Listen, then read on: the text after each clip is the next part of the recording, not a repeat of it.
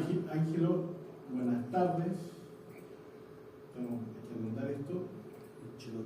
Vamos a empezar a grabar. Y ya estamos grabando. Buenas tardes, don Matías, don Ángelo, a los que están presentes por acá.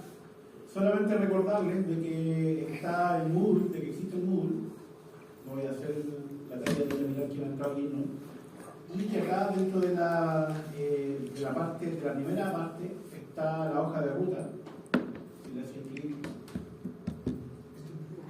aquí pueden ver más o menos dónde estamos parados en la materia. Hoy día es 25 de septiembre. 25 de septiembre es miércoles, ¿cierto? Por lo tanto estamos aquí. Ya deberíamos estar en modulación de inversores monofásicos, estamos un poquito atrasados, y comenzando los inversores trifásicos. Estamos un pelito atrasados, ¿ya? Principalmente porque la clase pasada hice un repaso de inversores monofásicos. Abrir esto para recordarles también, se ve mal acá, para recordarles de que esta semana comienzan los laboratorios. El sábado tienen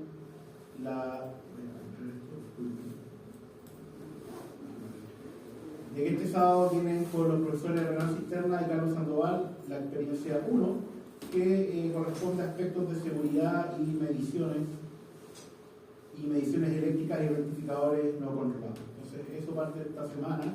El próximo sábado también tienen con el laboratorio con Carlos Sandoval y con Renancia Interna. La semana subsiguiente, el 12 de octubre, es feriado.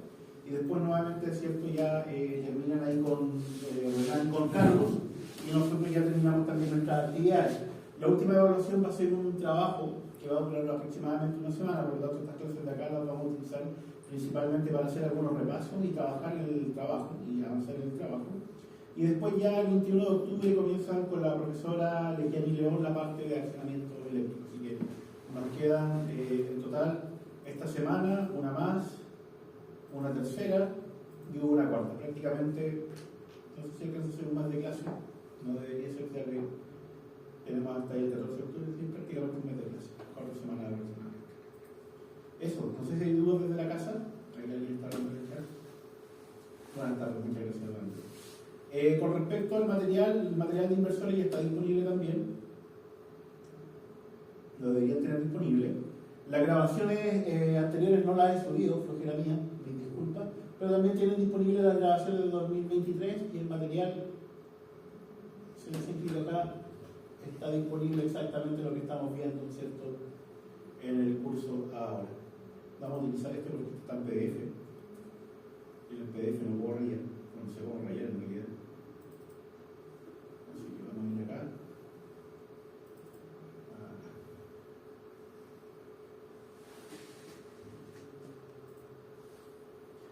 Y ahí estamos.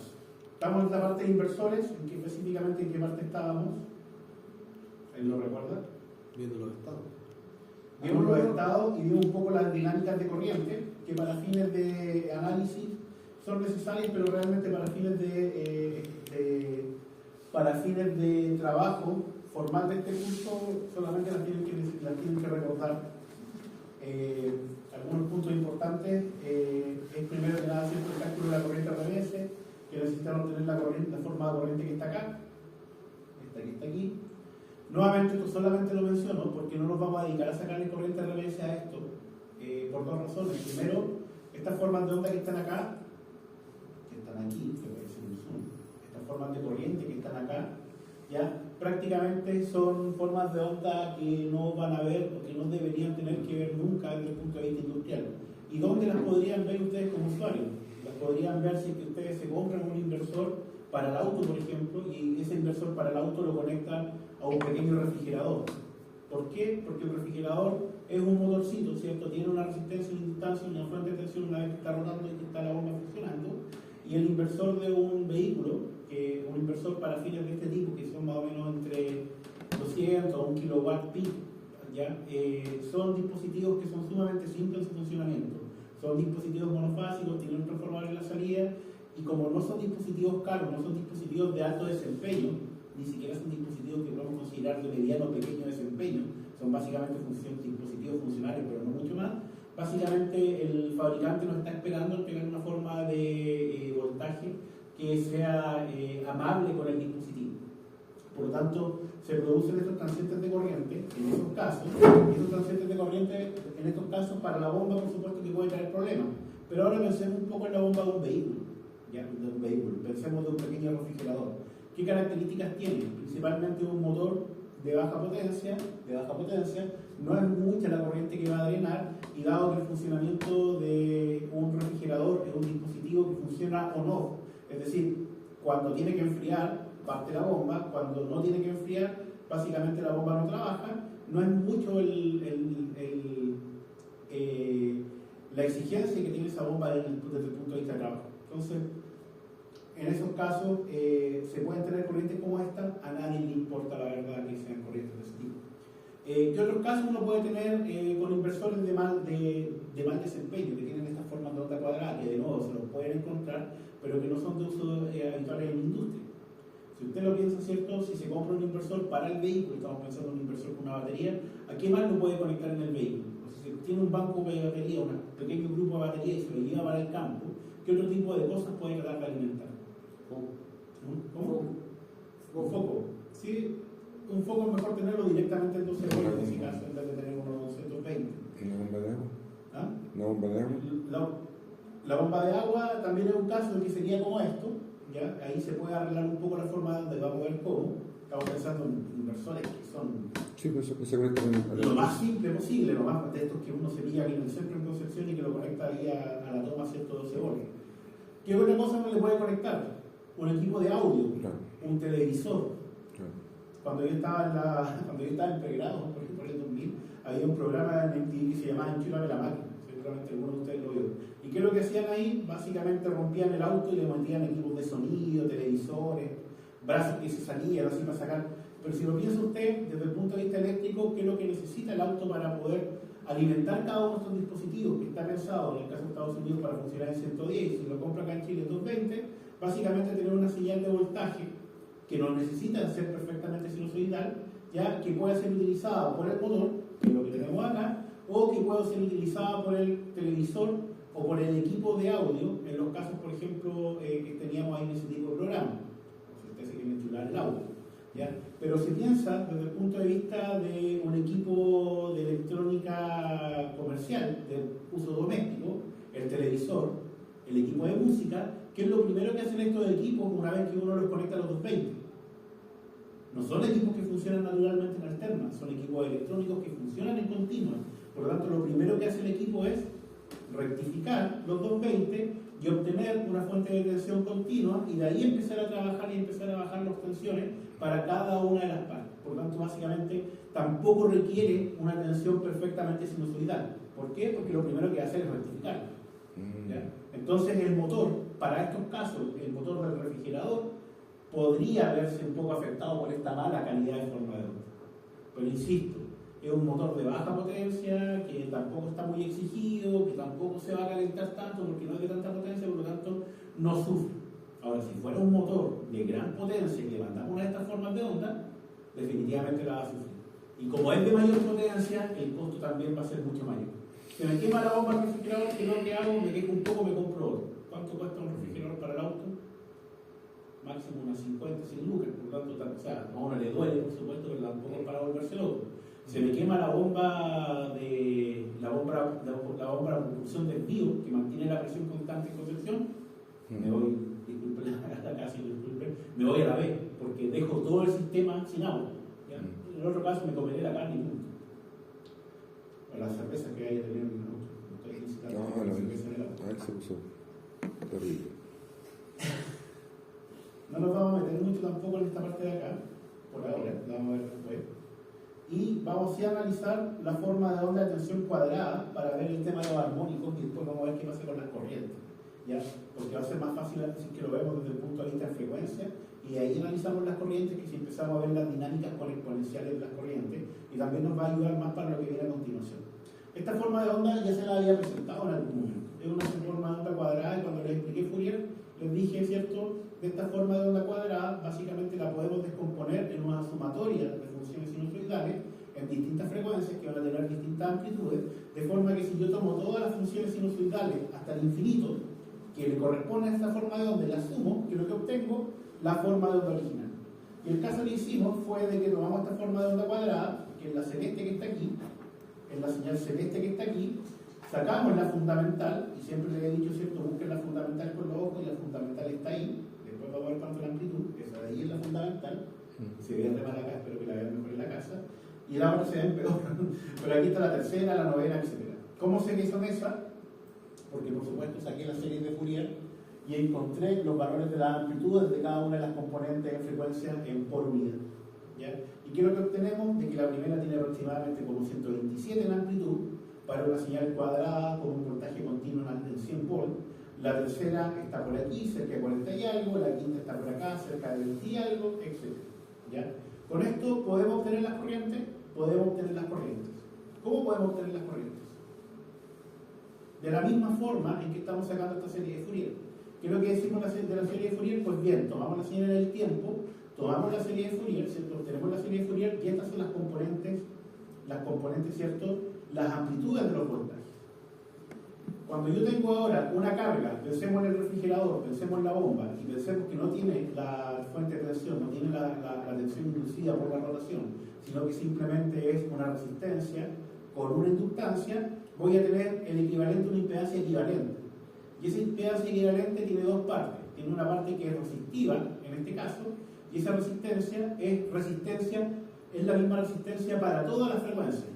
Y después tengo un inductor, que es el mismo inductor para todas las frecuencias, pero que al ser un inductor no es la misma impedancia para todas las frecuencias.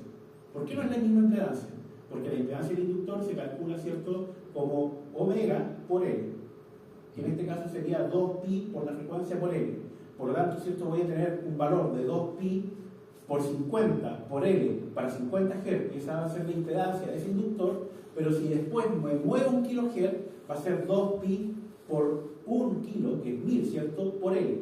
Lo cual significa que, en comparación con el otro, que tenía un 50 y aquí tengo un 1000, la impedancia del inductor para 1 kHz es de mucho mayor valor que para 50 Hz. ¿Se entiende la idea? Sí. Por lo tanto, dado que tengo distintos voltajes, tengo este voltaje, este voltaje, este voltaje, este voltaje, este voltaje. Y tengo una impedancia que está compuesta por resistencia y por inductancia. Por lo tanto, ¿cómo puedo calcular la impedancia en estos casos? La impedancia la puedo calcular como Z es igual, y lo voy a escribir de esta forma, Z, que hace función de la frecuencia. ¿Por qué hace función de la frecuencia? Porque va a cambiar con la frecuencia. Y aquí lo que va a ser igual a la raíz del valor de la resistencia al cuadrado más 2pi por la frecuencia, por eso está la frecuencia ahí, por eso está aquí, por el valor de la inductancia al cuadrado. Por lo tanto, voy a tener un Z1, donde por supuesto la frecuencia, ¿qué valor va a tener? No va a ser 1, porque el 1 recuerden que está por unidad. Va a ser el 1 por lo que me está dando la unidad, que en este caso es 50 Hz. Acá voy a tener un Z3, que no es 3, ¿cierto? Es 3 por 50, es decir, 150. Acá voy a tener un Z5, un Z7, un Z9. Si todas las impedancias a distintas frecuencias fueran exactamente iguales, lo que yo podría copiar del espectro de amplitudes para la corriente sería exactamente igual al espectro de voltaje. Porque cada componente de voltaje me va a generar exactamente la misma componente de corriente en amplitud, ¿cierto? Que va a ser el voltaje dividido por la resistencia. Pero dado de que la impedancia está cambiando, acá voy a tener esta amplitud dividido por este valor. Y acá voy a tener una amplitud dividido por este valor. Pero este valor de aquí es mayor que el Z1. Y este valor de acá es mayor, el Z5 es mayor que el Z3, y el Z7 es mayor que el Z5, y el Z9 es mayor que el Z7. Lo que significa entonces que si es que estas fueran mis amplitudes, mi amplitudes por unidad de voltaje, mi amplitudes por unidad de corriente, podrían ser el equivalente a que esta podría mantenerse igual, y esta en vez de ser exactamente igual a esta, va a ser un poquito más pequeña. Y esta va a ser mucho más pequeña, y esta va a ser mucho más pequeña, y esta va a ser mucho más pequeña. Vamos a hacer un ejemplo para poder ilustrar. ¿A qué quiero llegar con todo esto? A que yo puedo obtener las características de la corriente que tengo en la carga a partir de una fuente de tensión distorsionada de dos formas. Uno, haciendo todo el análisis en el tiempo, como se lo mostré en la clase pasada. Engorroso, desde mi punto de vista. Pero sumamente elegante si le gusta la matemática. Sumamente elegante si le gusta la matemática. Y la otra forma, que a mi juicio es más útil desde el punto de vista eléctrico, si es que puedo descomponer esto en Fourier, y los equipos me lo pueden hacer, y si yo tengo la forma de otro computador me lo puede hacer. La transformada rápida de Fourier es bastante conocida, y no es algo que sea cobrado por los software, es algo que algunos software usted no sepa y se lo cobren igual, pero MATLAB lo tiene, MATLAB cobra, no sé si con Excel lo puede hacer, probablemente lo puede hacer. Octave lo tiene, están las funciones en C, están las funciones en Python, entonces si usted tiene los datos, la puede obtener sin tener que pagar. A eso me refiero. ¿Ya? Ahora, en un Fluke, por supuesto que lo puede obtener, pero tiene que pagar el software. Pero ¿qué es lo que está pagando el software? Es básicamente la facilidad de ir, conectar el analizador de potencia, conectar el computador, bajar los datos y de que el computador con el software de Fluke le genere todo el informe directamente para que usted lo pueda agregar en su informe final y pueda avanzar. ¿Ya? Y eso es lo que está pagando en esos casos. Pero como son datos, usted los puede analizar con un poco de esfuerzo y ahí también tiene un límite. Entonces, volviendo a lo que nos lleva, que es en realidad más ahora en este momento de analizar las corrientes, que vamos a hacer como ejercicio, es analizar qué pasa con la modulación de una onda cuadrada. Observen también, voy a borrar esto aquí, observen también de que acá inmediatamente podemos tener asociado el concepto de una variación de frecuencia. ¿Por qué? Lo voy a dibujar primero. Recordemos como un inversor monofásico, ¿ya? Ahora, vuelvo a un punto que es necesario recalcar para fines industriales. El inversor monofásico tiene re poco uso en aplicaciones de media tensión. Quizás la aplicación más relevante es un tipo de convertidor que no es parte de la asignatura, que se lo voy a mostrar, que es el inversor puente H en cascada, cuyo objetivo es aumentar el voltaje, que es el único tipo de accionamiento que puede llegar a los que sé como 8 kV, a costa de tener que conectar un montón de puentes H de pequeña tensión. ¿Ya? Se los voy a mostrar, pero no lo vamos a estudiar a fondo. Para aplicaciones en monofásico, desde el punto de vista industrial, estoy hablando quizás hasta por los 2000, tenía muy baja aplicación. Quizás para aplicaciones de automóviles, para aplicaciones de poder obtener a partir de un voltaje de batería alguna tensión de 220 o 110 para echar a andar un equipo, pero muy, muy limitado. ¿Y dónde empezó a tomar relevancia el inversor monofásico? Cuando aparecieron las fuentes de energía renovables, y estas fuentes de energía renovables comenzaron a llegar no solamente a industrias, no solamente a los sistemas de generación grandes, sino que empezaron a llegar a las viviendas. ¿Ya? Y ahí es donde de nuevo los inversores monofásicos tomaron relevancia, pero no este tipo de estructuras, se modificaron para que fueran también más amables con la red. ¿Ya? Solamente mencionarse, por lo tanto, no van a ir a pillar inversores monofásicos en grandes cantidades en industria, porque básicamente, excepto por los niveles de potencia, en industria estamos funcionando en trifásico principalmente, y en monofásico, cierto, muy pocas cosas funcionan ahí. Entonces, volviendo sí al inversor monofásico, recordemos de que teníamos switch arriba y teníamos lo que llamamos la pierna de potencia, switch abajo, y después tenemos switch arriba, ¿cierto? Otra pierna, switch abajo. Cuando yo les mostré esto en algún momento aquí, les puse la carga. Aquí les puse la carga para que punteara como un puente H, pero a mí la verdad es que me gusta tirar la carga para afuera, pensando de que la carga no es solamente una carga que está colgando en el puente, sino que está el puente conectado a un sistema más grande, como pasa por ejemplo en los sistemas domiciliarios. Entonces la carga la vamos a tener por acá, alejada del puente. Si recuerdan, yo cerraba el switch 1 y el switch 2, que es lo que lograba, switch 1 y switch 2, entonces, ¿qué es lo que lograba en la carga? Si este es el voltaje de la carga definido ahí, ¿qué es lo que lograba en la carga? Ciclo positivo, ¿no? Aplicaba un voltaje de continua que era igual al voltaje de la fuente que está acá. Y si cerraba el switch 3 y el switch 4, cierro el switch 3 y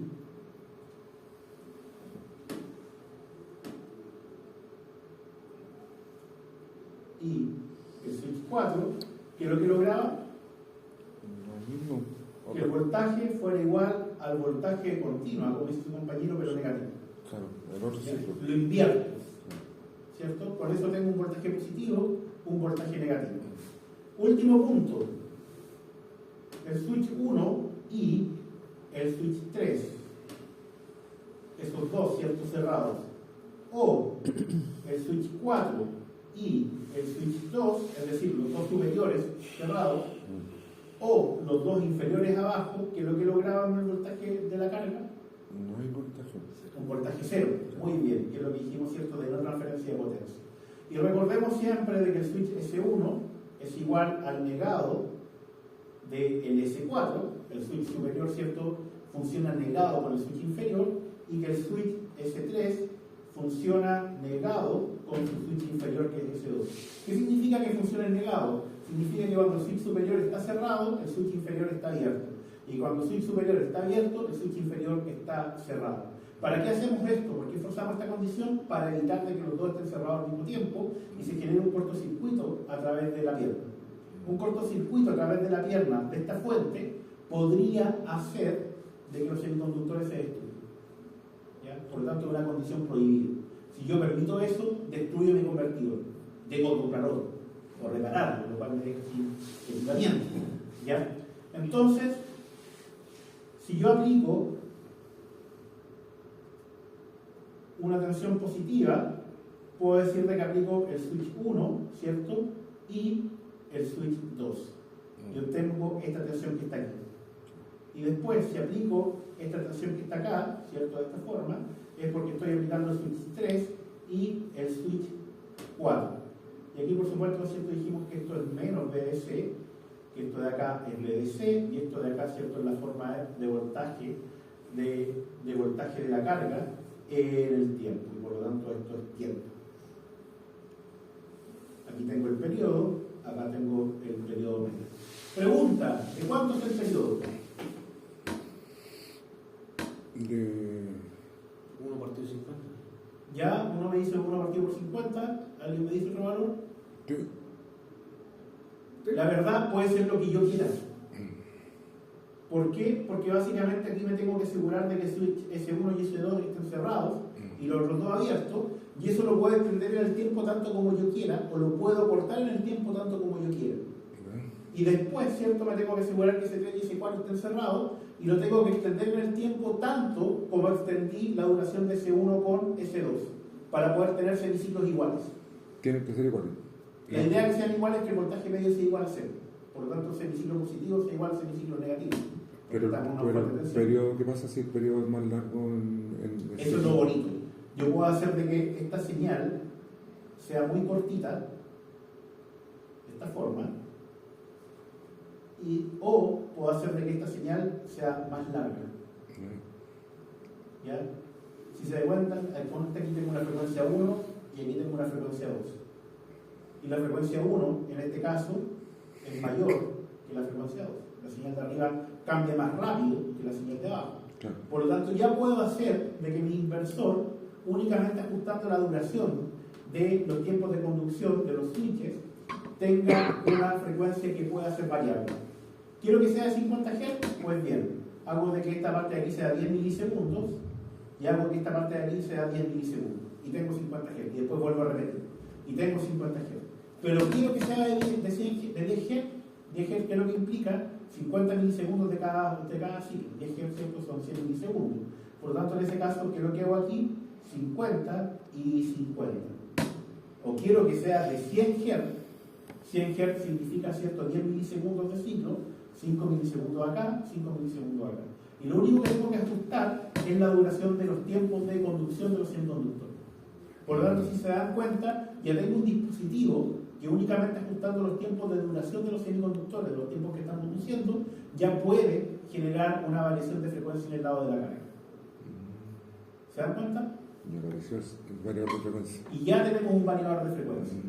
Pero ojo, podemos variar en este caso la frecuencia ajustando los tiempos, y en este caso, particularmente en esta forma de onda, uno la puede pensar como un acordeón. La estiro, y si la estiro en el tiempo, que es lo que hago con la frecuencia, básicamente hago una frecuencia más lenta. Y si la comprimo, hago una frecuencia más rápida. ¿Ya?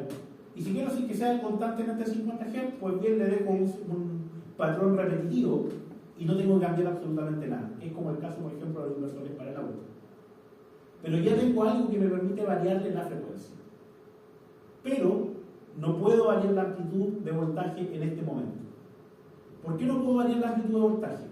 Porque la amplitud de voltaje para esta señal de onda cuadrada es, para la fundamental, exactamente, ya notenlo por ahí, señal de onda cuadrada, es importante este numerito, 127,32, ¿ya? Si es que tengo un voltaje continua igual a 100 volts. Eso significa de que la ganancia en la fundamental es igual a 1,27, y con eso nos vamos a quedar.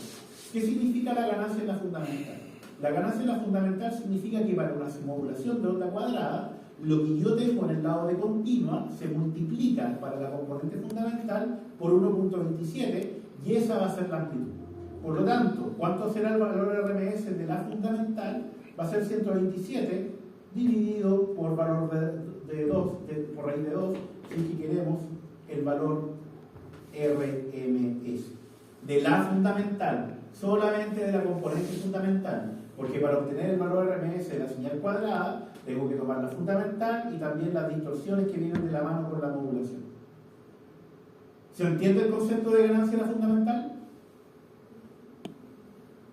En la casa, este punto es importante. Otra vez de nuevo, profesor. Sí, Por supuesto que lo voy a repetir. La ganancia de la fundamental es cuánto es la amplitud de mi componente fundamental, que es lo que yo estoy buscando en el lado de la alterna, ¿cierto? Considerando la técnica de modulación y considerando, ¿cierto?, lo que pueda tener en el lado de continuo. Para distintas técnicas de modulación, esta ganancia va a cambiar. Sí. ¿Ya? Ya, pero la técnica de modulación se refiere a... La técnica de modulación significa al patrón de la forma de onda que se genera y que viene de la mano de que cómo yo encendí y apagué los semiconductores. No es la duración del periodo.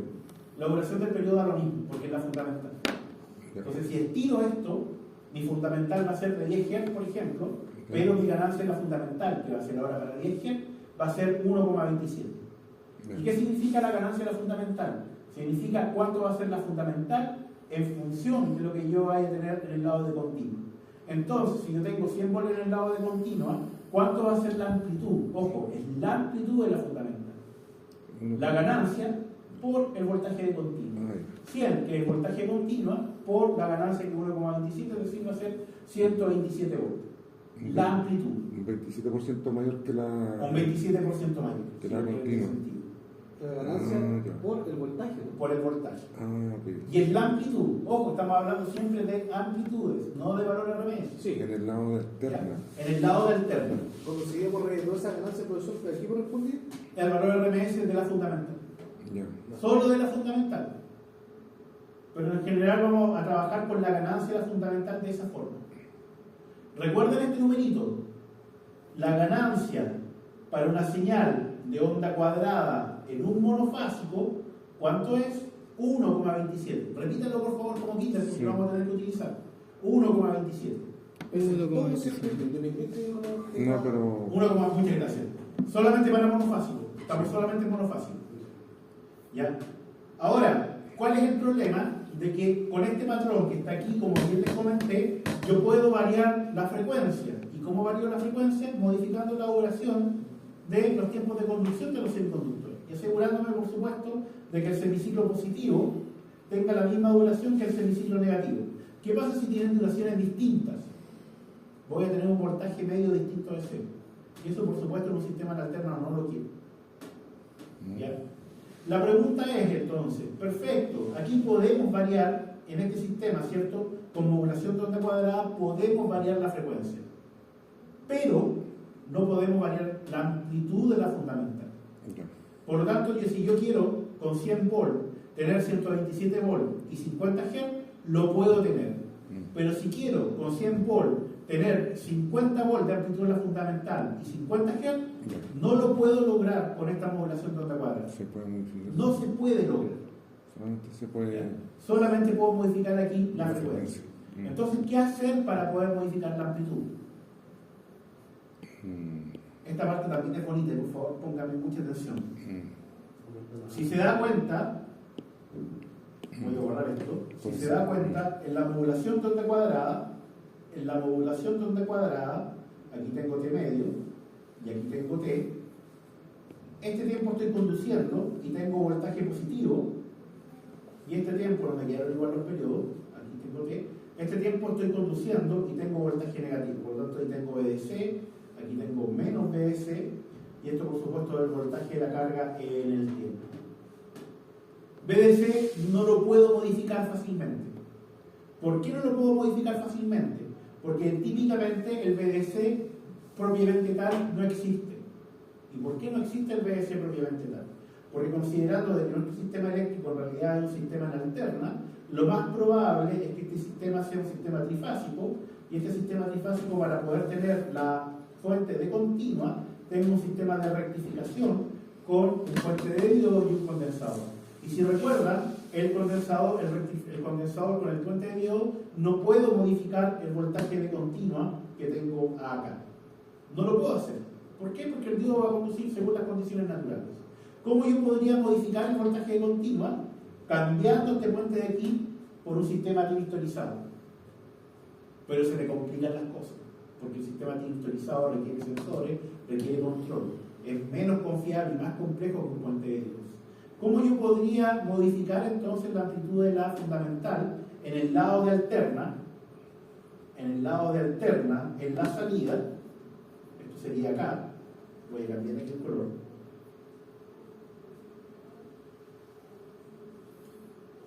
Acá estamos parados, aquí estamos parados, aquí está mi inversor, y aquí está mi sistema de alterna, que en este caso es monofásico. Y esto recuerden, ¿cierto?, que es de C a alterna. ¿Cómo yo podría modificar el valor de la fundamental? Lo único que puedo hacer es modificarla lamentablemente hacia abajo. ¿A qué me refiero con modificarla hacia abajo? A que si mi tensión de continua es 100 mol como en ejemplo, y mi ganancia para esta señal de onda cuadrada es 1,27, por lo tanto mi amplitud de la fundamental es 127, lo único que puedo hacer es que yo borre parte de esto y ponga estado cero y genere una señal como la que estoy dibujando ahora, con alguna simetría que está aquí, que ya vamos a ver por qué tiene esta simetría, pero agregándole, si se dan cuenta, valores cero. Esto de aquí, esto de aquí, esto de aquí y esto de aquí son valores cero. Para que el valor medio baje. Muy bien, ¿cierto? Si yo agrego valores cero, que lo que estoy haciendo, estoy aplicando menos voltaje, ¿cierto? Menos integral de voltaje sobre la carga. Por lo tanto, eso necesariamente va a tener menos energía. Si usted saca la integral de esto, solamente al semiciclo positivo, la integral de lo que estoy pintando, y lo compara con la integral de todo el trocito rojo, se va a dar cuenta de que las áreas son distintas y el área que pinté verde es menor que el área de todo el bloque rojo. Lo cual es claro, ¿cierto? ¿Por qué? Porque hay momentos donde estoy aplicando estado cero y donde no tengo área. ¿Ya? Va a ser claro. Y por lo tanto, ¿qué es lo que va a pasar con el valor? Con la amplitud de la componente fundamental, necesariamente va a tener que bajar. ¿Ya? Y eso es lamentable, ténganlo en cuenta, es lamentable. Porque significa que la ganancia bonita, que era 127, es decir, yo tenía más ganancia en la fundamental de lo que tenía, más amplitud en la fundamental del voltaje de continua que tenía, ahora va a empezar a disminuir. ¿Ya? Ahora, un último punto. Si yo voy a empezar a poner estos estados cero aquí y estos estados cero acá, alguien me está hablando de la casa, prendan. Muy bien. Eso es la modulación por ancho de pulso, muy bien dormido. Muy bien dormido. Si yo voy a empezar a agregar estos estados cero, yo de alguna manera inteligente podría empezar a buscar dónde colocar estos estados cero, de manera de que, ya que voy a perder algo, creo que estoy perdiendo ganancia en la fundamental, y por lo tanto voy a estar transfiriendo menos potencia hacia la carga, ganar algo a costa de esa pérdida. ¿Y qué es lo que podría ganar?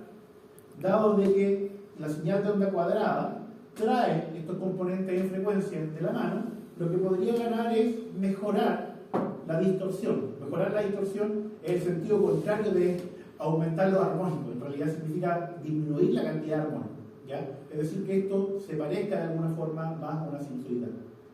Y aquí es donde vienen las técnicas de eliminación selectiva de armónicos, que es la primera técnica de modulación por ancho de pulso que vamos a ver. ¿Por qué se llama modulación por ancho de pulso? Se llama modulación por ancho de pulso porque voy a ajustar la duración de los estados de conducción y voy a además agregar estados ceros, ¿cierto?, donde no voy a transferir potencia. Por tanto, lo que voy a obtener es una forma de onda como la que está acá, ¿ya?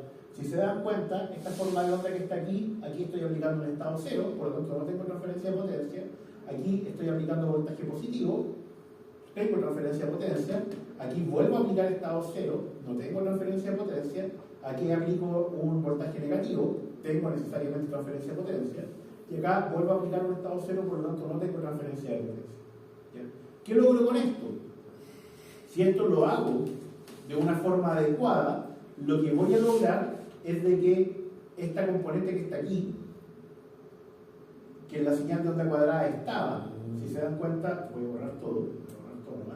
Si se dan cuenta, en la señal de onda cuadrada aquí lo que tenía, primera, tercera, quinta, séptima y novena, ¿ya? Si lo hago de una forma adecuada, lo que voy a lograr es que ahora mi señal resultante no va a tener tercero armónico, ¿ya?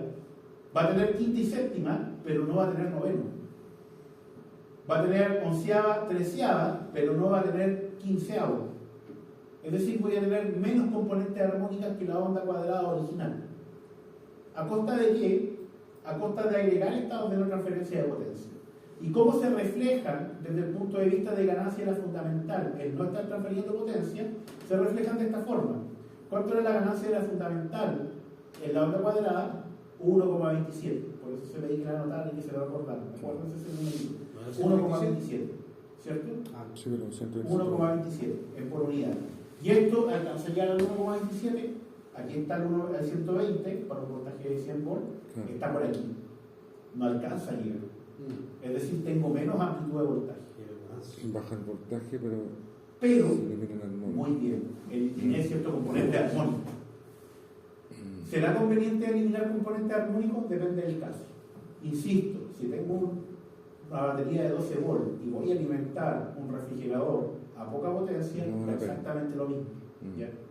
Pero si ahora estoy trabajando, por ejemplo, con un sistema de bombeo de agua a mayor potencia y esa bomba me interesa mantenerla un poco con mejor calidad de energía, definitivamente utilizar esta modulación me va a ayudar. El problema es que a partir de los 100 volts originales no voy a tener 127 volts que podría tener con la señal de onda cuadrada, voy a tener un poco menos. Es decir, voy a tener que tomar una decisión. ¿Qué es lo que hago? Caliento menos mi bomba, pero le doy una mejor calidad de voltaje, ¿ya? O le doy una peor calidad de voltaje, pero le transfiero mayor potencia a partir de la mala fuente que tengo. Es una decisión de ingeniería finalmente y por supuesto es una decisión que tengo. Pero al tenerla así, los daños, los componentes, o sea, los materiales de la bomba igual se...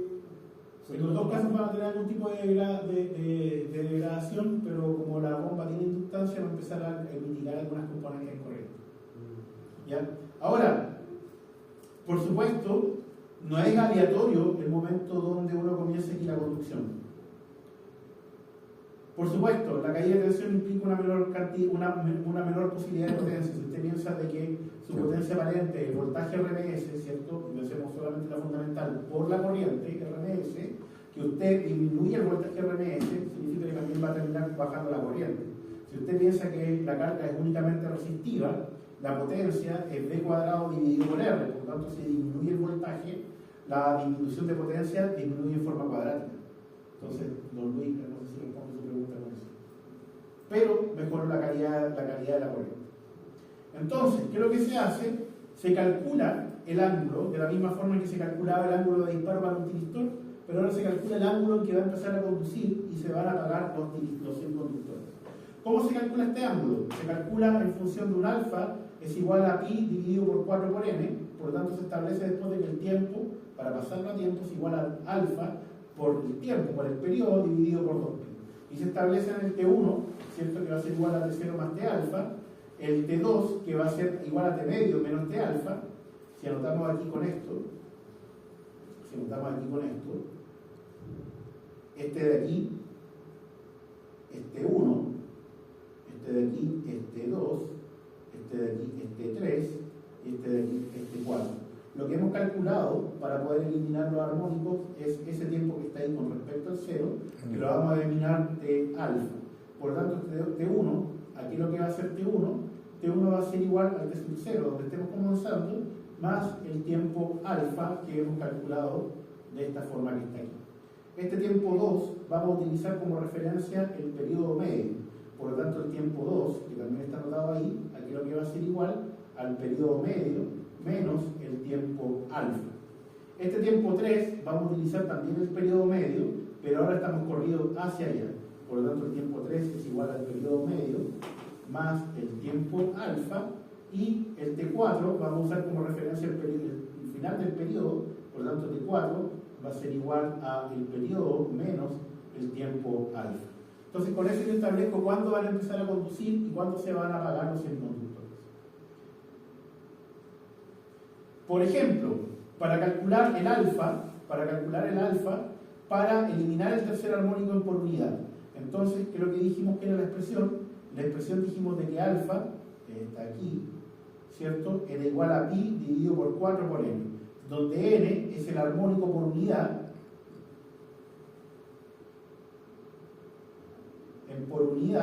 que quiero eliminar.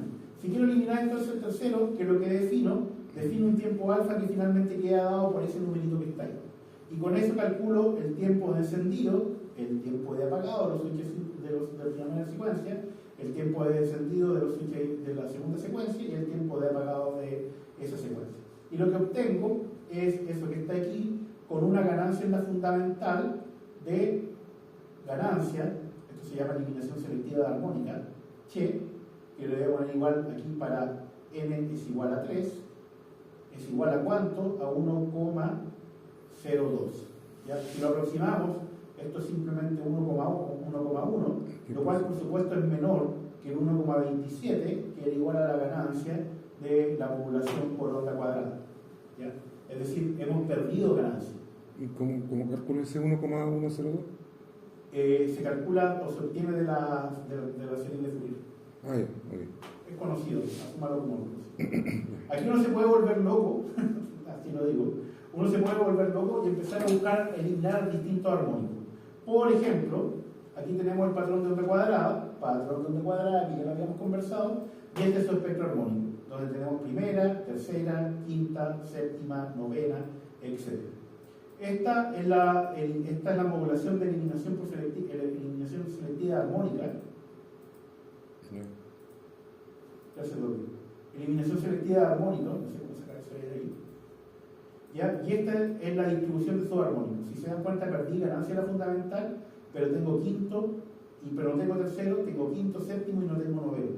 Es decir, si calculara solamente mirando estas componentes contra estas componentes, yo podría especular, tendría que hacer el cálculo, lo vamos a hacer después como difícil, de que el THD de esta señal que está aquí es menor que el THD de esta señal que está acá.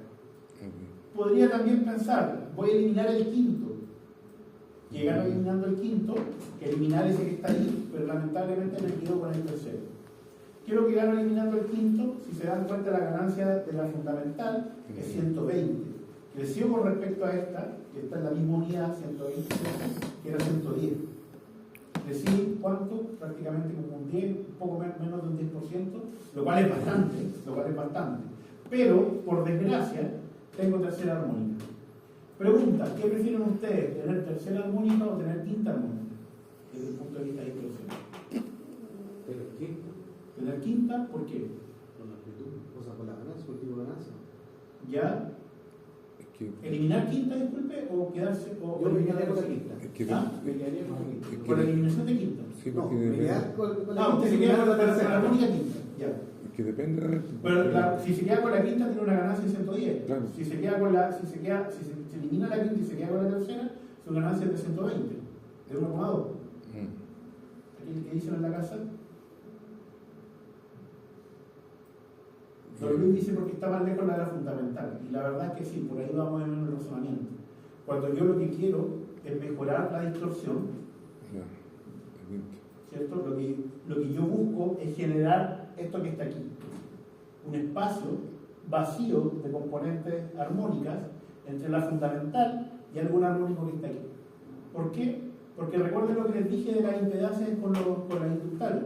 ¿Qué es lo que pasa? Que a mayor frecuencia, el inductor era mayor impedancia para esa componente voltaje. Por lo tanto, la componente de corriente iba a ser mucho más pequeña. ¿Ya? Y a medida que aumente la frecuencia, va a seguir creciendo esa impedancia y las corrientes van a ser mucho más pequeñas. Filtrar un tercer armónico es súper complicado en comparación con filtrar el quinto. ¿Por qué? Porque yo puedo poner el filtro aquí y el quinto todavía queda atenuado, pero el tercero está muy cerca de la fundamento. ¿Ya? Entonces, esto es un buen ejercicio nomás para la discusión, a pesar de que aquí lo que estoy perdiendo es bastante ganancia de la fundamental. Lo que estoy ganando es que este espacio que está aquí, que le vamos a colocar un nombre, y que tiene un nombre, se llama banda muerta. ¿Y por qué se llama banda muerta? Porque es una banda de frecuencia donde no hay nada, donde no es esperable que haya nada. ¿Ya? Tener una banda muerta entre el 1 y el 5 también es bastante pobre, es bastante poco. ¿Ya? Pero si se da cuenta, la cantidad de conmutaciones que tiene aquí también son pocas. Encendió, apagó. Un encendido, un apagado. Encendió, apagó. Un encendido y un apagado. ¿Cuántas conmutaciones tiene en total? Cuatro, perdón. 4 en total, ¿cierto? Claro. 2 de encendido, 2 de apagado. Son pocas conmutaciones. ¿Qué pasa con las conmutaciones? Generan pérdidas. Ya, si usted aumenta la cantidad de conmutaciones, las pérdidas aumentan. Tiene 4 conmutaciones, son las mismas cantidades de conmutaciones que tiene acá, exactamente la misma cantidad de conmutaciones que tiene acá. Perdió ganancia, pero mejoró el THD. De nuevo, es finalmente una decisión de ingeniería. Quiero más ganancia, solamente tengo 4 conmutaciones, esta es mi opción. Quiero menor distorsión, tengo 4 conmutaciones, esta es mi opción. Ojo, con esto todavía no puedo modificar la ganancia de la fundamental, no puedo modificar la ganancia de la fundamental como yo quiera, pero ya estamos viendo de que modificar el patrón de disparo me permite eliminar componentes en frecuencia. Recuerden esto, puede ser utilizado, mejora por supuesto la distorsión, pero es poco lo que se utiliza. Y aquí finalmente, hasta que tenemos hoy día hasta las 9:50, ¿cierto? Sí, 50. Aquí finalmente ya llegamos a la formulación, a la formulación formal de lo que es la modulación por ancho de pulso. ¿Qué es lo que es la modulación por ancho de pulso? Implica encender y apagar rápidamente los semiconductores y adaptar la duración del tiempo de forma de, primero que nada, poder modificar la ganancia de la fundamental a gusto. No va a ser al gusto que quiera, voy a estar limitado, pero entre comillas va a ser a gusto. Y segundo, poder definir cómo va a ser el patrón o el espectro, ¿cierto?, en frecuencia del voltaje que obtenga, y a medida que genero mayor cantidad de conmutaciones, vamos a observar de que ese patrón se va a correr en frecuencia. Por lo tanto, si yo conmuto rápido, todas esas componentes armónicas las voy a tirar a una frecuencia mayor, a costa de aumentar las pérdidas en mis semiconductores. Y si yo conmuto lento, todas estas componentes en frecuencia las voy a traer más cerca de la fundamental. Entonces viene de la mano, ahora, ¿cierto?, con la técnica de modulación, solamente por el uso de la técnica de modulación, la posibilidad de modificar, entre comillas, a conveniencia, la ganancia de la fundamental, y después, con la selección de la frecuencia de conmutación, generar este espacio que les dije que era la banda muerta, de forma de que, disponiendo después de filtros pasivos, que son inductores, o directamente la inductancia de una máquina, poder mejorar la distorsión de corriente. Es decir, que no nos quede una carga y descarga de un inductor, sino que nos quede prácticamente una sinusoidal con ruido en la corriente que veríamos en la máquina. ¿Cómo funciona la modulación por ancho de pulso? La modulación por ancho de pulso considera el uso de 2 señales. Una que se llama moduladora, esta que está aquí, que es la rojita, ¿ya?, que tiene características de la señal que yo espero lograr con la fundamental. La moduladora típicamente, o siempre en realidad, tiene la misma frecuencia de la fundamental. Por lo tanto, si yo quiero una fundamental en 50 Hz, me basta hacer de que la moduladora tenga un periodo de 50 Hz. Y si quiero de que sea perfectamente sinusoidal, no, disculpen, quédense con eso, ¿ya? Vamos a quedar entonces con la moduladora. La segunda señal que voy a requerir es una señal que se denomina carrier o portadora. La característica principal del carrier o portadora es que tiene una frecuencia mucho mayor, o bastante mayor, no mayor de 1 hacia 2, sino que bastante mayor, 9, 15, 27 por unidad muchas veces, ¿ya?, que me permite generar una especie de muestreo con las comparaciones de la moduladora. Estas dos señales que están aquí tienen la gracia de que son señales que son fácilmente implementables con sistemas electrónicos analógicos. Yo puedo, con un sistema electrónico analógico, generar este carrier que está aquí. Yo puedo, con un sistema electrónico analógico, generar esta moduladora que está acá. El que sea implementable con un sistema analógico implica de que yo puedo reducir algunos costos. Pero hoy en día, básicamente, estos sistemas analógicos han quedado no obsoletos, pero han sido sobrepasados por las posibilidades que tiene uno con los sistemas digitales, sobre todo porque el sistema digital lo puedo modificar fácilmente en su firmware, ya el sistema analógico cuesta un poco más. ¿Qué característica tienen estas dos señales? Pues bien, que estas dos señales se van a comparar. Estas dos señales se van a comparar. ¿Cómo se van a comparar? Se van a comparar si las tengo en un registro digital, si las tengo en un sistema digital, simplemente una comparación, ¿cierto?, de dos registros. Si las tengo como señales analógicas, y esta es la típica representación, se va a comparar con un circuito electrónico analógico, que probablemente ustedes ya lo vieron con el profesor John Correa, que es el más simple, ¿cierto?, de los circuitos que se puede implementar con amplificadores operacionales. ¿Qué tipo de circuito es este que está aquí? Un comparador. Es un comparador. ¿Y cuál es la gracia del comparador? Que es un operacional.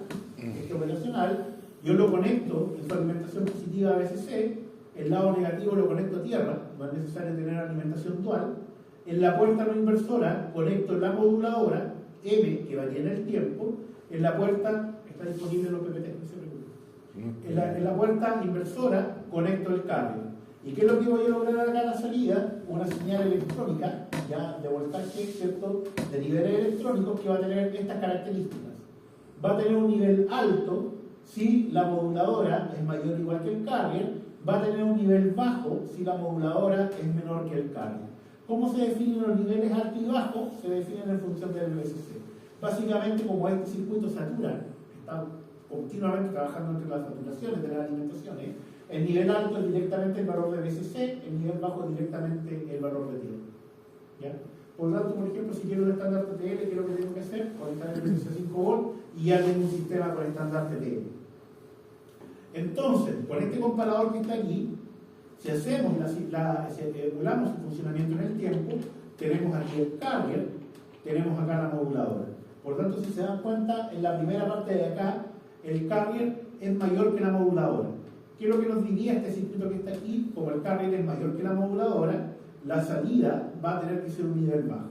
Y como esto es digital, finalmente el nivel bajo simplemente lo hacemos con un nivel cero. Acá, la moduladora es mayor que el carrier. Como la moduladora es mayor que el carrier, que lo que baja se genera en nuestra salida, un nivel alto que es el que está aquí. Y después, ¿cierto?, la moduladora sigue cambiando y el carrier la sobrepasa. Como el carrier aquí es mayor que la moduladora, lo que vamos a obtener acá es un valor bajo. Entonces, en función de estas comparaciones, se van a ir generando estas señales.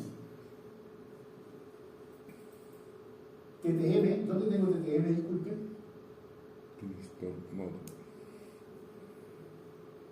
Prende el micrófono, don Luis, y me comenta, por favor. No sé en qué momento dije TTL. ¿Qué se dijo TTL? TTL dije. TTL. TTL, transistor logic, lógica digital. Eso lo vieron conmigo, porque se pueden hacer ahí los... No lo conocen. ¿La moduladora es lo mismo que la portadora o no? ¿O el carrier es la portadora? El carrier es la portadora. Ya. El carrier es la portadora.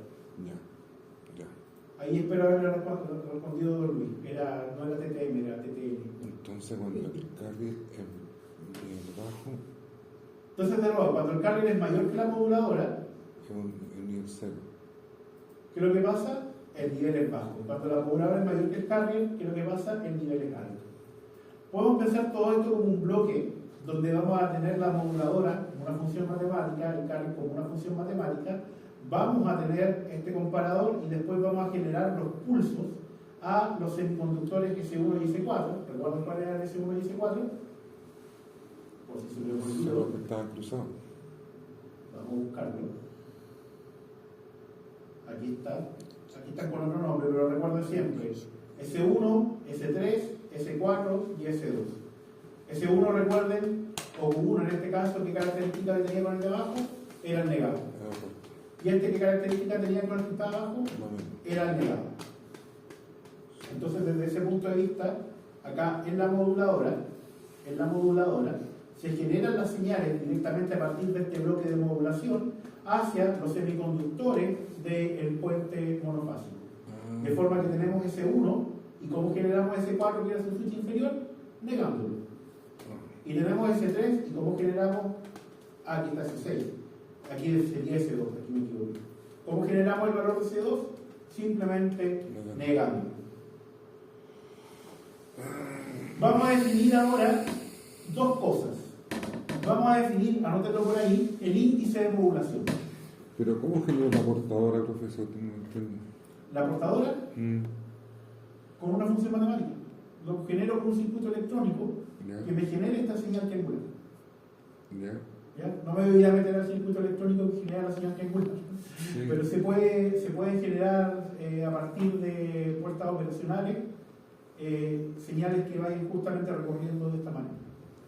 A partir del oscilador, más la derivada o la integral del oscilador, etc. ¿Ya? Se puede hacer eso. Y la moduladora, la sinusoidal, también se puede generar a partir del circuito electrónico.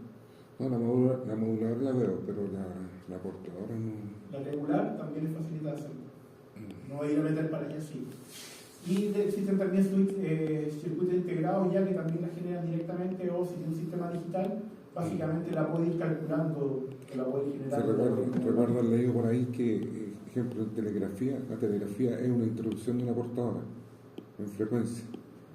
En comunicaciones. Cuando uno hace esa es una introducción de. En comunicaciones se usa harto el tema de modulación y demodulación, pero de otra manera. Yo no sé comunicaciones, no sé mucho de comunicaciones como para ir a meterme allá en forma cómoda, así que no quiero decir.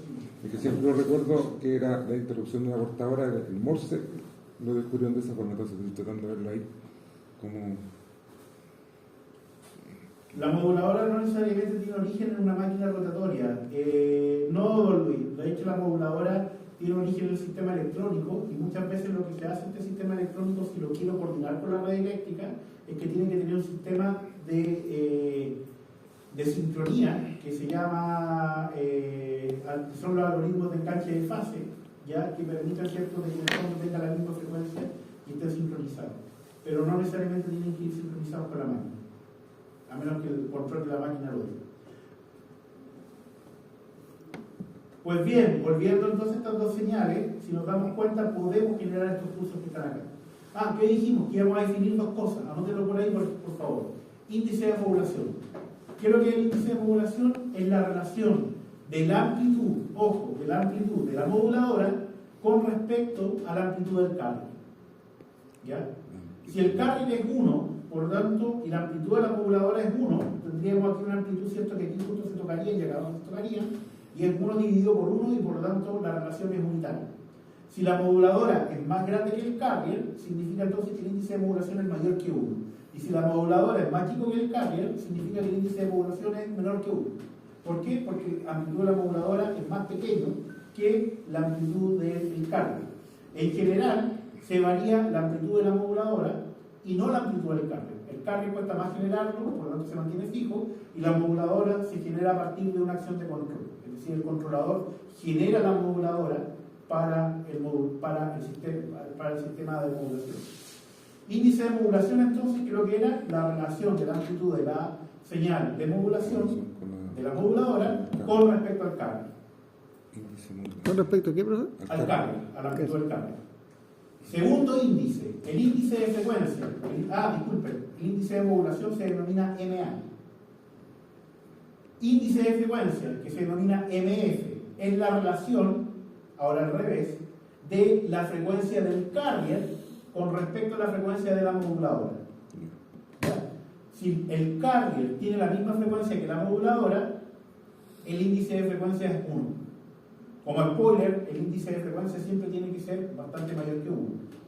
Si el índice de la moduladora, la frecuencia de la moduladora, por decir algo, es 500 Hz y la frecuencia la frecuencia del carrier es de 500 Hz y la frecuencia de la moduladora es de 50 Hz, que es lo que nos va a quedar 500 Hz dividido por 50, la frecuencia del carrier dividido por la moduladora, 500 dividido por 50, lo cual es 10.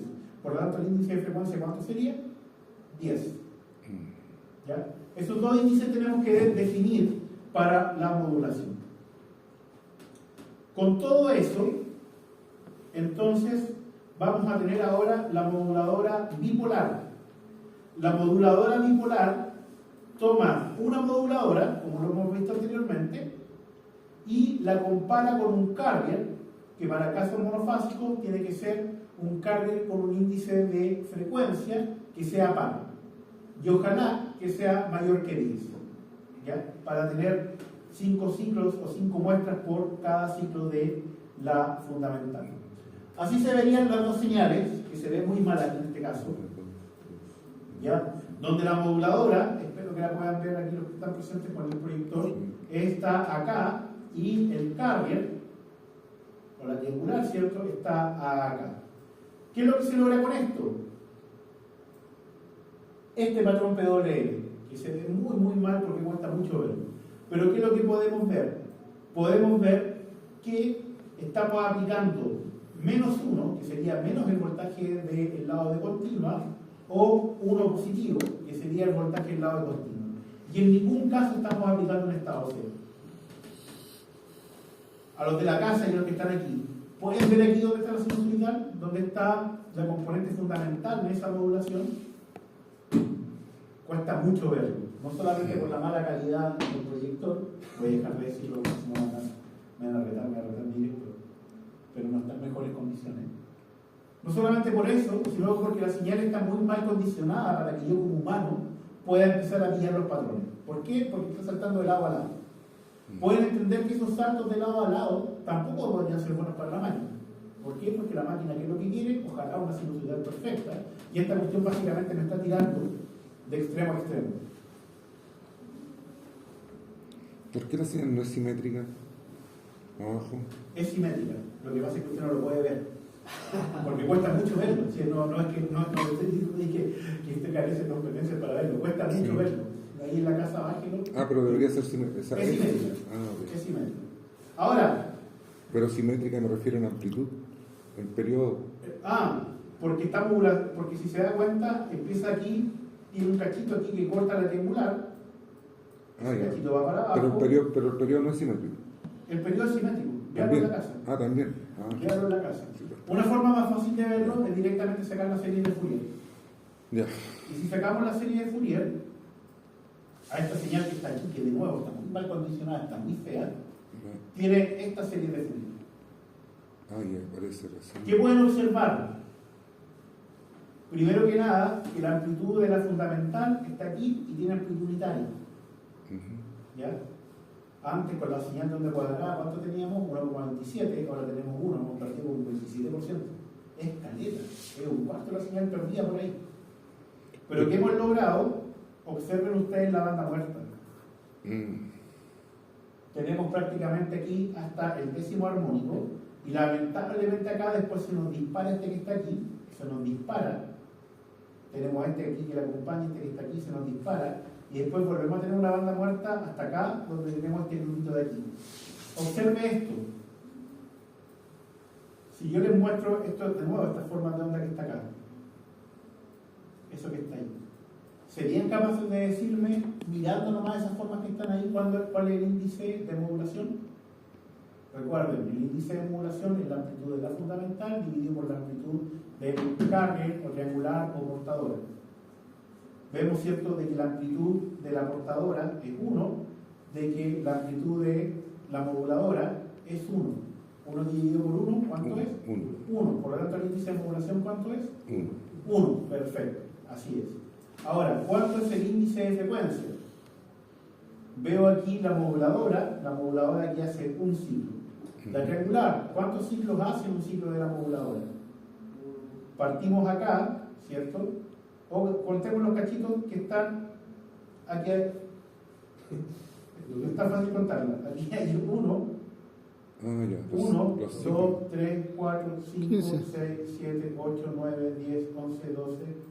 Contemos la acá. 1, 2, 3, 4, 5, 6, 7, 8, 9, 10, 12, 13, 14, 15. ¿Cierto? En lo que la fundamental dio una vuelta, ¿cuántas dio la triangular? 15 vueltas. Por lo tanto, ¿cuánto es el índice de frecuencia? 15, la frecuencia de la triangular, Dividimos dividido la- por la moduladora, en este caso inmediatamente pillamos la relación. Ya. ¿Ya? Observen ahora dónde están los armónicos. Aquí está el 10, aquí está el 20, aquí está el 15. Los armónicos están centrados en el índice de frecuencia. Ya. Y aquí está el 30, el segundo par de armónicos está centrado en el índice de frecuencia. ¿Ya? ¿Qué gracia tiene la modulación por ancho de pulso? Primero que nada, en este caso, para una ganancia, para un índice de modulación unitario, me está diciendo la amplitud de la fundamental es unitaria. La amplitud de la fundamental es unitaria. No me gusta mucho que sea código de barra, pero sí, parece un código de barra. La amplitud de la fundamental es unitaria, para un índice de modulación unitario. ¿Ya? ¿Y qué pasa con el índice de frecuencia? Los armónicos están centrados en múltiplos del índice de frecuencia. No es claro verlo aquí, me van a tener que creer por ahora. Pero ¿qué significa esto? Que si yo quiero centrar mi armónico en 15 por unidad, que es lo que hago con el índice de frecuencia, hago la triangular, le hago que sea 15 veces más rápido que la fundamental. Y ahora si yo digo, no quiero que estén en el 15, quiero que estén en el 20, que lo que hago que sea 20 veces más rápido que la fundamental. La modulación por frecuencia. Claro, hago que la triangular sea 20 veces más rápida que la fundamental, para que este pack se mueva para acá. Y eso que lo que hace, me da un mayor ancho en la banda muerta, me da un mayor espacio en esa parte que está ahí. ¿Qué se logra con eso? Lo que se logra con eso es que, recuerden, lo vamos a ver cuando veamos después el análisis con la inductancia. Como la inductancia se transforma, ¿cierto?, en la impedancia omega por L, que es 2pi por la frecuencia, 2pi por la frecuencia por L. Si yo voy aumentando la frecuencia, esa impedancia, ese valor se vuelve más grande. Por lo tanto, si yo le aplico este valor aquí en 15 o en 20 para el mismo inductor, la corriente es menor para 20 que para 15. ¿Por qué? Porque ese inductor es 2pi por 15 por L para este valor, pero el otro es 2pi por 20 por L. Es decir, es bastante más grande. Y por lo tanto, esa componente de corriente se termina achicando. Se termina achicando la componente de corriente y mantengo la componente fundamental, que lo que va a pasar, el THD va a disminuir y la corriente se va a ver también más equilibrada. Entonces, con esto lo que logro es disminuir la distorsión que voy a tener en corriente. El problema son estas conmutaciones.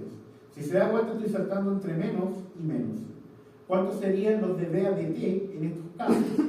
Si fuera 100 volt, tendría menos 100 volt, por lo tanto tendría 200 volt de VADT. ¿Ya? Es decir, las variaciones de voltaje serían 200 volt. ¿Qué problema hay con las variaciones de voltaje? Con grandes variaciones de voltaje y rápidas variaciones de voltaje. ¿Qué problema hay en las bobinas? Vámonos directo a las bobinas. ¿Inducción? ¿No? El problema que hay es que se producen fallas en los aislamientos de las bobinas. Si usted ha visto el motor, y espero que lo hayan visto, básicamente es cobre, ¿cierto? Es cobre enrollado en hierro. Y ese cobre tiene un esmalte. Tiene un esmalte. Si yo someto ese cobre, por supuesto, ese esmalte es un aislamiento eléctrico entre este pedazo de cobre que está aquí, y el trozo que está aquí, y el trozo que está acá, y el trozo que está acá, porque es una bobina. Pero si yo lo estoy sometiendo a un DVADT todo el tiempo, empiezo a dañar ese aislamiento. ¿Ese no es efecto Joule? No es efecto Joule. Y una vez que lo daño, lo empiezo a picar y finalmente lo destruyo. Por lo tanto, termino destruyendo la bobina. No son aconsejables los DVADT. De VADT. Los DVADT. DV por derivada de voltaje en el tiempo. Si se lo escribo, DV slash. Ya, ok. DV a DV. Sorry. Nos pena todo. Con esto voy a terminar. Yo pensaba que era una sigla así como la de la DETI. Observe lo que tengo acá.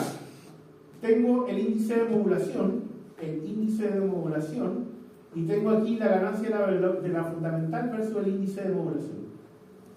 ¿Qué es lo que vemos aquí? Vemos en esta zona que está aquí una línea recta. ¿Pueden ver la línea recta? Sí. Perfecto. Hasta uno. Aquí vemos de que se comporta como una recta y aquí cambia la pendiente y aquí cambia la pendiente. ¿Ya? ¿Cuál es la Son puras importancia rectas, de esto? ¿cierto? ¿Ah? Son puras rectas. Son puras rectas. Sí, esta parte de acá en realidad es un poquito más curva. Puede ser que el mostreo no me quedó tan bueno. Pero ¿qué es lo importante de esto? Es que estos son las ganancias de la fundamental en función del índice de modulación. ¿Y qué quiere decir esto? Que si usted, como en el caso que vimos, tiene 100 volt y quiere una amplitud de 100 volt en la fundamental, que es lo que hace con el índice de modulación, lo pone en 1. Pero ahora, si quiere los mismos 50 Hz, pero quiere que la amplitud de la fundamental en el lado de alterna sea 50 volt y tiene en el lado de continua 100 volt, ¿qué ganancia tendría que tener? 0,5, ¿cierto? Por lo tanto, ¿cómo puede cambiar la amplitud de la fundamental? Simplemente cambiando el índice de modulación de 1 a 0,5, de forma de que la ganancia sea igual a 0,5. Y si se da cuenta, en toda esta zona que está aquí, entre 0 y 1, la relación es totalmente lineal. Es decir, que si yo quiero la ganancia unitaria, le pongo un índice de modulación unitaria, pero si tiene una ganancia del 10%, que es 0,1, ¿qué tengo que hacer con el índice de modulación? Bajarlo a 0,1. ¿Qué significa eso desde el punto de vista de la modulación y el carrier? Significa que estas señales que están aquí, yo la voy a tener de esta forma con este carrier, y el carrier no lo voy a tocar, el carrier no lo toco. Pero si quiero bajar la ganancia de la fundamental de 1 a 0,1, ¿qué tengo que hacer con la modulación? Tengo que bajarla de forma que la relación con la amplitud pase de 1, como está aquí, a 0,1. Es decir, tengo que hacer que la moduladora sea más pequeña, en este caso 10 veces más pequeña, que la triangular. Y con eso ya no solamente voy a poder modificar la frecuencia, como lo dijimos en algún momento, sino que además voy a poder modificar la amplitud de la fundamental. ¿Se entiende? Más o menos. Vamos a hacer un ejemplo el próximo lunes para que lo puedan ver con simulación. Sí. Pero esto es lo bonito de la modulación. Sí, ¿Y cuál es lo bonito? Lo bonito es que yo puedo modificar la frecuencia y la ganancia modificando esta señal celeste. Por lo tanto, puedo establecer un sistema de modulación, un sistema fijo, ¿ya? Que basa en las comparaciones. Las comparaciones ya vimos que el circuito es súper simple, que recibe una triangular que se va a mantener fija y que recibe una moduladora que esté cambiando en función de lo que yo quiera en el lado de alterna. Y con eso puedo modificar las características del voltaje aplicado, y como estoy modificando las características del voltaje aplicado en el lado de alterna, estoy modificando también las características de potencia y por lo tanto energía transferida desde el lado de continua hacia el lado de alterna con el convertidor externo. Lo cual es espectacular. Sí. ¿Qué viene a continuación? Más de lo mismo. Se lo voy a mostrar. Viene después la modulación unipolar, en la cual se tiene una mejora. Si se dan cuenta, esta es la resultante de la moduladora, y ahora sí usted puede decir, yo aquí veo una sinusoidal. No se ve tan fácil, pero veo un semiciclo positivo y veo un semiciclo negativo mucho más fácil de lo que estaba ahí. Y la distorsión armónica también mejora bastante. Inmediatamente, con la misma índice de frecuencia de 15 por unidad, pateo los armónicos, porque esa palabra lo voy a decir, aunque no es ortodoxo, ¿cierto? Pateo los armónicos ya no hasta el 15, sino que hasta el 30. Es decir, aumento la banda muerta. Aumento bastante la banda muerta. Y después vamos a revisar también el tema de las ganancias, que tiene un comportamiento similar al anterior. Y después ya con eso vamos a poder pasar a inversores trifásicos. Y el inversor trifásico, les dije, cierto, lamentablemente la aplicación de los monofásicos industrialmente no es tan grande. Se está aplicando altos sistemas de energía, sobre todo para sistemas domésticos, pero el sistema trifásico es más de lo mismo. ¿Por qué? Porque el puente, si nos damos cuenta, es la misma estructura que teníamos un sistema de rectificación trifásica de un puente completo. Es la misma estructura. S1, S3, S5, S4, S6, S2. ¿Ya? Y ya sabemos al menos operar el 66% de este puente. ¿Y por qué el 66%? Porque en monofásico tuvimos que operar 4 switches y este puente ¿cuánto tiene? 6. ¿Ya? Por lo tanto ya tenemos ciertos 2/3 del trabajo adelantado. Y como en electrónica de potencia somos buenos, nos molestan a nosotros los controlistas porque damos vuelta una cosa y tenemos novedades, una cosa nueva, ¿ya? Básicamente heredamos y trajimos varias cosas de las técnicas de modulación del monofásico al trifásico. Vamos a volver a ver acá, primero vamos a tener que analizar los estados, que es un poco más complejo de analizar, pero después volvemos a ver la modulación por dentro del curso, donde ahora, en vez de tener solamente una sinusoidal, vamos a tener 3 sinusoidales de referencia, una por cada fase, vamos a tener solamente un carrier, vamos a tener patrones como los que estamos viendo, distribuciones de armónicos mucho mejores contenidas, por así decirlo, en comparación a los monofásicos. Y ahí bajó la ganancia a 0,8. Muy bien, bajó hacia el 86 en este ¿Por caso, qué tan?